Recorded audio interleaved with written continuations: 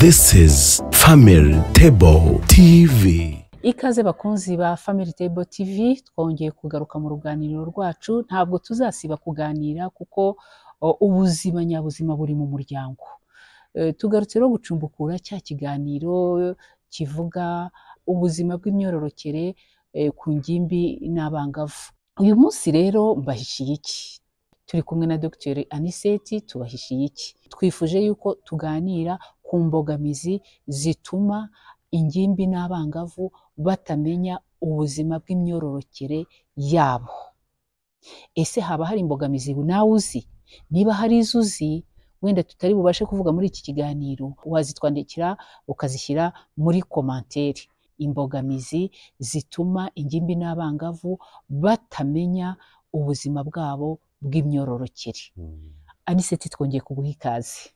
Murakoze cyane. Reka nanjye mpikaza abadukurikiye kugira ngo duhanahane amakuru, twigishanye, cyane cyane ko ibyo tuba tuvuga ntabwo ari bishya, ni ibisanzweho, kandi umuntu wese aba afite icyo abiziho.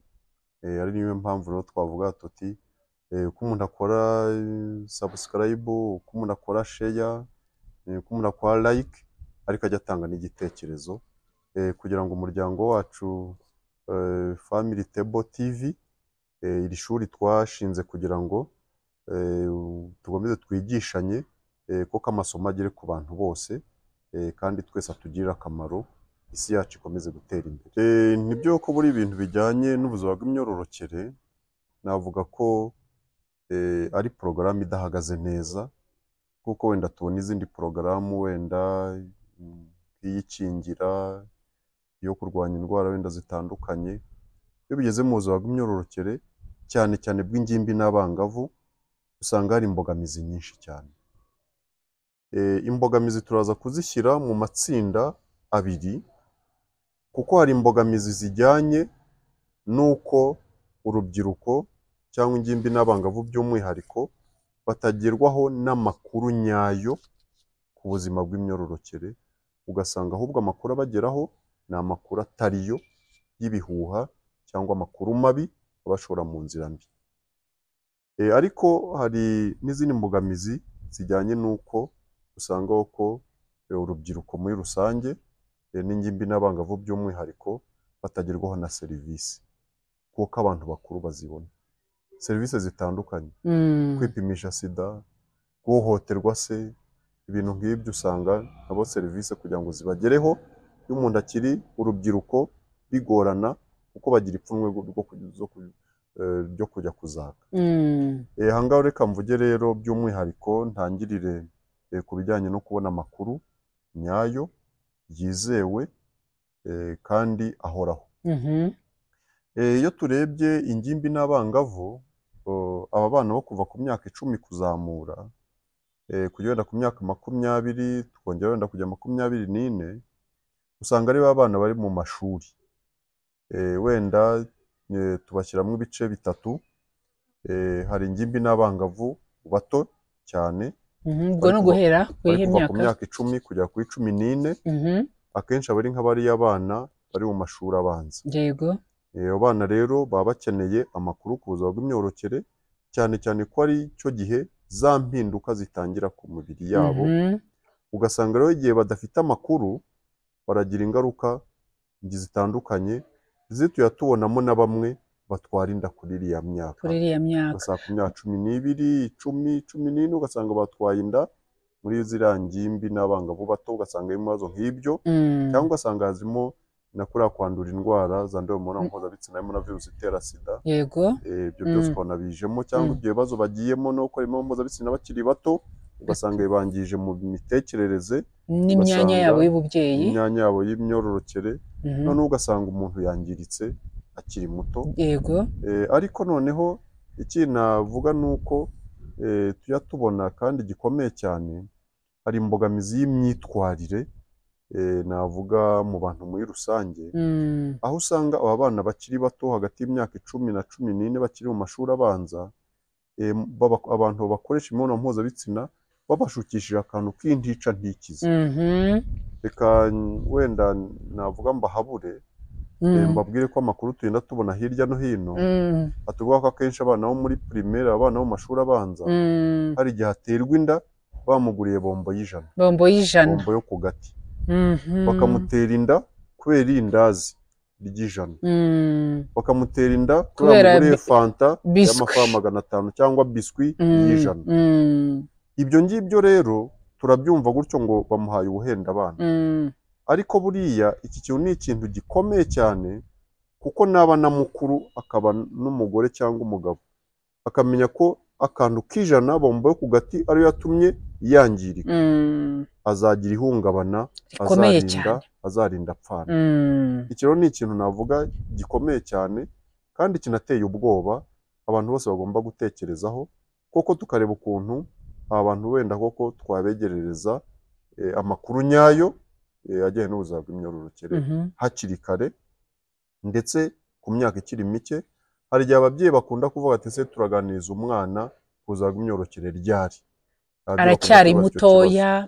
Ni nayo mbogamizi ya mbere buri ikomeye cyane, igihe cyo gutangira kuganiriza umwana kitazwi cyangwa ababyeyi batazi. Uko utinda niko umwana yangirika. Yego, kuko twabonye ko bwa bushakashatsi butwereka ko abana batangira gukora imibonano mpuzabitsina bakiri bato, munsi y'imyaka 12. Ni ukuvuga ngo icyo gihe ku myaka 10 umubyeyi yagombye kuba yaratangiye kuganiriza umwana ku bijyanye n'imibonano mpuzabitsina uko ayikora. Iyo mibare yanteye ubwoba Dr.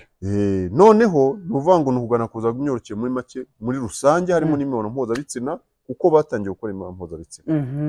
Iyo rero ni imbogamizi abantu bagomba kurebaho bakayivanaho, umubyeyi akavanaho za soni n'iki, ntidutangire kuganiriza abana ngo dutinze ngo uzabona ngo ko yapfunduye amabere, ngo ari uko ngo yagiye mu mihango, ngo ari uko ngo yatangiye ngo kuba mukuru, ngo mwakwicara mukaganira. Oya, icyo gihe kizagera yarangiritse, ahubwo mubwira hakiri kare. Ikindi kandi hariho n'uburyo bwinshi noneho abana babonamo amakuru, za social media aho hose ni ahantu abana bakumunzura ibintu by'amakuru bitari na suri cyangwa se bitari n'amakuru wenda afututse, ugasanga rero aho ngaho wa mugani ababyeyi bahafite inshingano zo gutanga amakuru nyayo, kuko ari nabo abana banizera.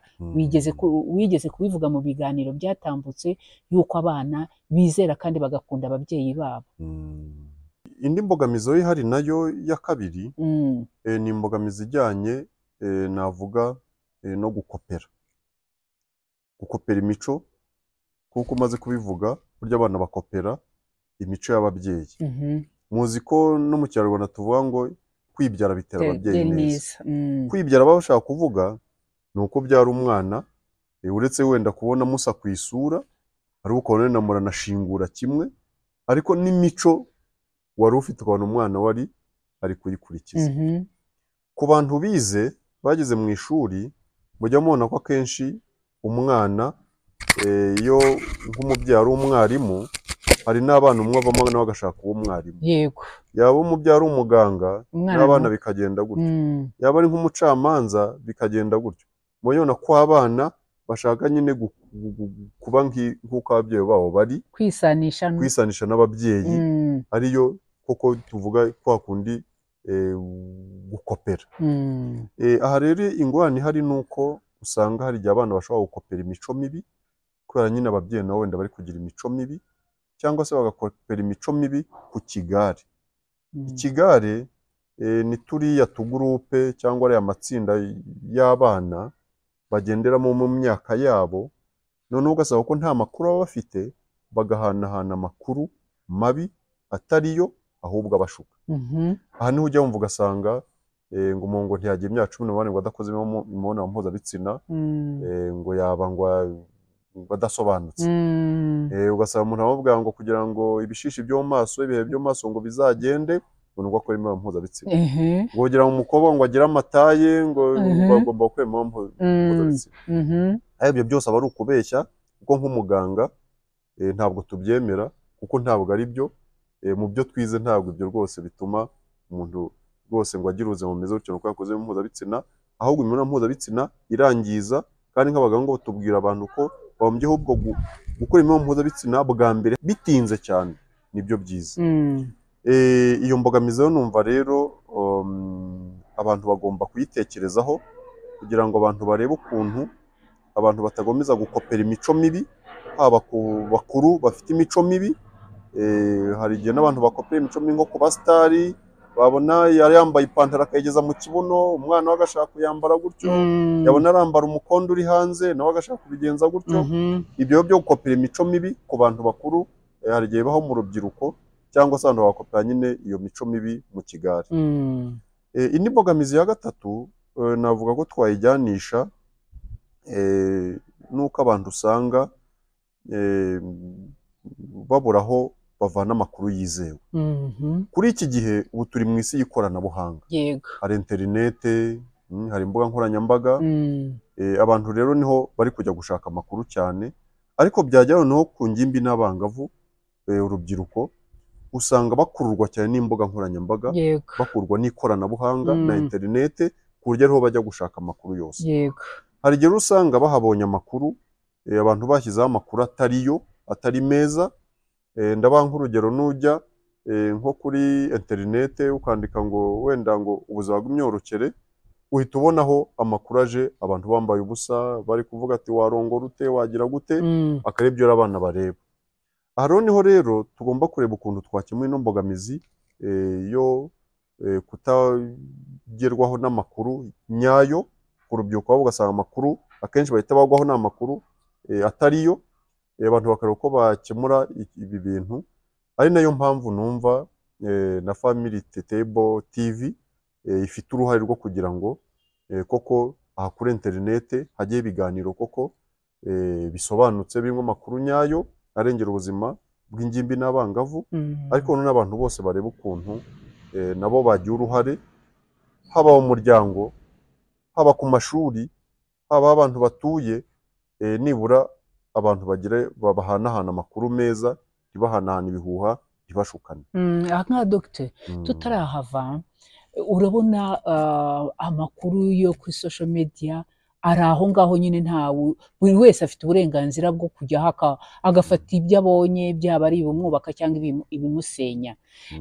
Ntekereza yuko aha ngaha hakwiye kujyaho ingamba zafatwa yaba ababyeyi bafatana n'abana babo, haba mu mashuri, haba ku nzego zinyuranye, kuri za minisiteri zinyuranye, kugira ngo habeho kwigisha urubyiruko konsomasiyo, uburyo bwo gucenshura amakuru abafitiye akamaro.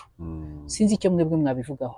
Buriya umubyeyi, umuntu mukuru yagombye gufasha umwana ukiri muto kumenya gutandukanya icyatsi n'ururo, kumenya amakuru meza n'amabi. Muri make wenda tugafasha abana, tuvuga no gufata icyemezo cyiza.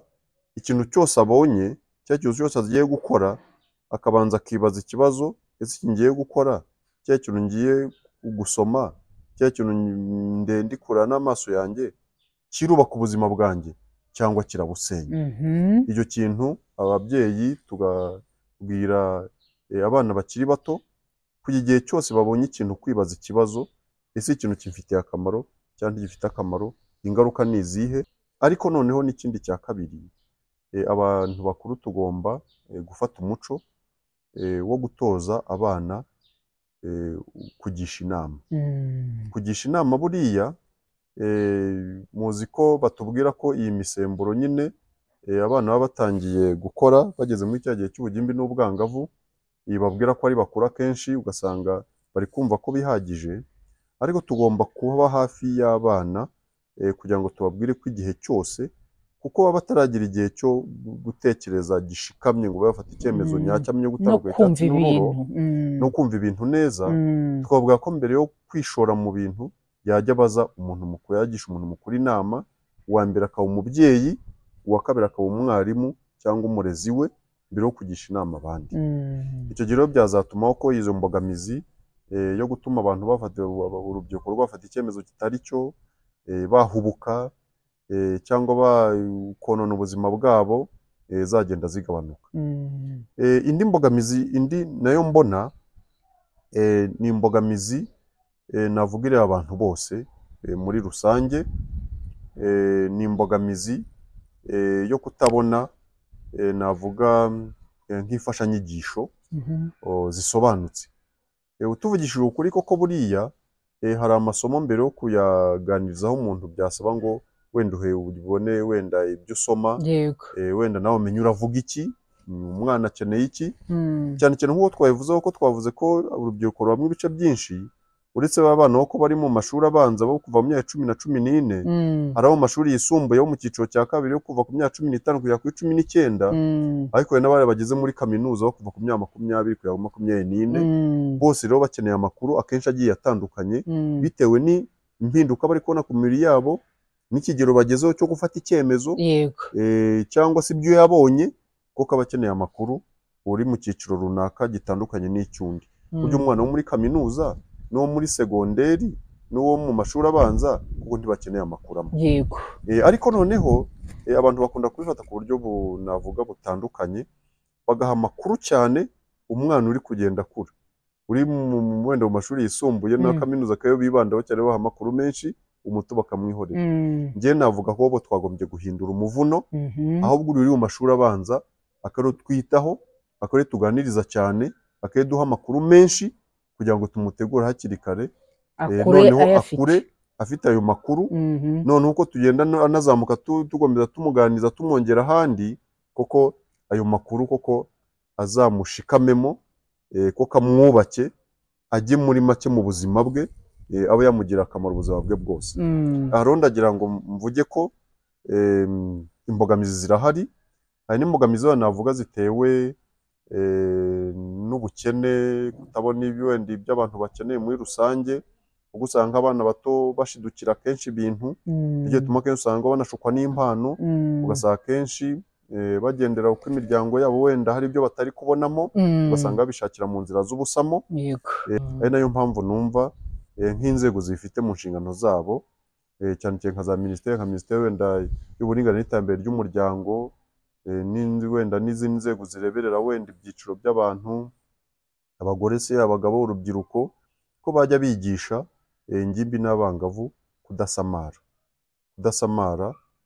kwiyakira, kumenya umuntu duke afite akatubamo neza, ahubwo agategura ubuzima bwe neza kugira ngo ibyo akeneye umunsi, ibyo ari kwarekera uyu munsi, wenda ejo azabyigezeho, kuko birashoboka. Hari umushinwa wageze guca umugani kandi mwiza numva twaducira abana, bavuga ngo aho guha umushonji ifi wamwigisha kuyiroba. Icyo uwo mugani usobanuye ni ukuvuga ngo icyo udafite none ushobora kukibona ejo, kandi ugakibona ukihaye, utakibonye uciye mu nzira zidasobanutse. Umwana rero, ingimbi n'umwangavu, yagombye nawe gusobanukirwa ko ashobora kuba adafite umwenda mwiza uyu munsi, ibyo ari gushaka kurya atabibona neza uyu munsi, kubera wenda ubukene buri mu rugo, ariko arebye amahirwe yashyiriweho, akiga neza agatsinda, akazabona akazi mu myaka iri imbere, akibeshaho neza, agahembwa umushahara mwiza, ugendeye kwarekera uyu munsi, azabona binarenzeho, ahubwo abe yafasha n'abandi kandi abyihaye, biciye mu nzira nziza, kandi n'abantu bamwubahe, ati uyu muntu afite umwanya mwiza, afite akazi keza ari gukora, yaragakoreye, yabonye diplome z'amanota meza, kandi n'ibintu ari gukora ari kubikora neza, n'aho anyuze abantu bakavuga ati uyu muntu ni inyangamugayo, kandi agendera ku ndangagaciro. Nagira ngo mbwire abantu ko imbogamizi ntizizabura, imbogamizi ntizibura, hari izo tuvuze ubu ngubu, hari iziriho, hari n'izo wenda tutanavuze ziriho, wenda abantu bazaduha bari kuduha wenda komanteri, ariko buriya mu buzima bw'abantu imbogamizi ntizibura. Tugomba no kubwira abana bakiri bato ko nta buzima babamo butarimo imbogamizi, kuko udashaka imbogamizi ntiyaba ku iyi si, ubwo yajya ahandi, n'ubwo wenda yava muri uyu mubiri, ariko imbogamizi zo zigomba kubaho. Igihe umuntu ajya no mu ishuri ntajye yuzuza ngo agire 100%, rimwe ndetse akanatsindwa, ariko ntacike intege, ejo agatsinda. Nicyo gituma umuntu hari igihe ukora ibintu rimwe bigakunda, ubundi bikanga. No mu bucuruzi, no mu bintu byose niko bemera, no mu rugo buriya, uyu munsi mushobora kubona icyo kurya gihagije, ejo kikaba gito mugasaranganya dukeya, ariko mukihangana, mufite icyizere ko ejo bizongera bikagenda neza. Burya ikintu cy'ingenzi kudacika intege, kutiheba, kwiremamo icyizere, ukavuga ati nubwo uyu munsi wenda ikintu ntakibonye ariko ejo n'ejo hashobora kuba heza kurusha uyu munsi, ushobora kuzakibona. Urubyiruko rwo tugomba kuremamo iyo cyizere kugira ngo rutera intambwe ariko rwumva ko uri kugana ahantu heza. Kandi si no kubabeshyaho ko nk'abadukurikiye b'urubyiruko babyumve, buriya ubukungu bwa mbere umuntu agira ku iyi si ni imyaka agifite imbere ye. Yego. Kuko umuntu agira imyaka myinshi, iminsi myinshi yo kubaho imbere ye, ni ukuvuga ngo bafite ubukungu buruta ubwo abantu bafite imyaka mike yo kubaho. Ni ukuvuga ngo umuntu ukiri muto aba afite ubukungu bwinshi, ahubwo agomba gushakisha nyine akabubona. Akabushakisha akabubona, akabugeraho ko n'aba mubona wenda bafite amafaranga bakuze nabo bayagezeho nyine, ariko ntibayavukanye. Ni ukuvuga ngo rero n'umwana muto agomba kugirwa inama ko agomba gushyiramo imbaraga, agashaka ibintu ashyizemo imbaraga ze, kuko birashoboka, kuko n'abandi babigezeho. Reka wenda nsoreze aho kantu navuga ngo buriya tugomba no kwigisha abana bakiri bato isomo navuga ry'indangagaciro, ariko n'iryo kubaha umurage wenda bazasiga no ku iyi si. Nk'uko dukunda kubisobanura ko ubuzima bw'imyororokere aribwo butuma isi igomeza guturwa, kuko abantu bagenda basimburwa n'abandi. Burya umwana ukiri muto agomba kubwirwa hakiri kare ko afite uruhare rukomeye mu kubaka iyi si, mu kuyigira nziza, yitwara neza, akora neza, abana neza n'abandi. Niyo mpamvu tugomba kubwira ingimbi n'abangavu, cyane kuko twabonye ko bafite n'imbaraga zo gukora. Ibyo bakora nibyo bizabeshaho isi mu myaka 5 iri imbere, 10 iri imbere. Burya hari ikintu abantu batajya bamenya, ureba umwana afite imyaka 10 uyu munsi ukamusuzugura, ariko mu myaka 10, 15 iri imbere azaba ari umugabo cyangwa ari umugore, nawe ndetse yarabaye n'umuyobozi. Urumva rero urubyiruko rugomba kubikangurirwa ko ejo hazaza nibo babyeyi, nibo bayobozi, nibo bazaba bafite inshingano. Nuvuga rero gutangira kubitekerezo hakiri kare, bakajya mu nzira nziza, bakazitegura, ko kuba umuyobozi umuntu agomba kubyitegura.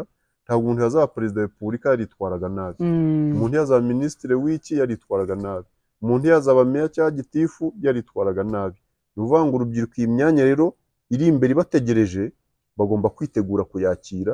Kwitegura kuyakira ni ukugira imyitwarire myiza, ni ukwitwarana neza, ni ukugira ingeso nziza, kugira ngo wa mwanya w'uko uzagenda uwegera nawe ukwakire, uwicaremo, uwukore neza, kuko n'abantu boko babigushimira. Kwigisha rero buriya ni uguhozaho, ariko uwigisha urubyiruko abategura umuryango mwiza w'ejo hazaza, cyangwa se igihugu cy'ejo hazaza. Ibiganiro bya Family Table TV byo nakagaruka. Reka rero tubabwire ngo naho utaha. This is Family Table TV.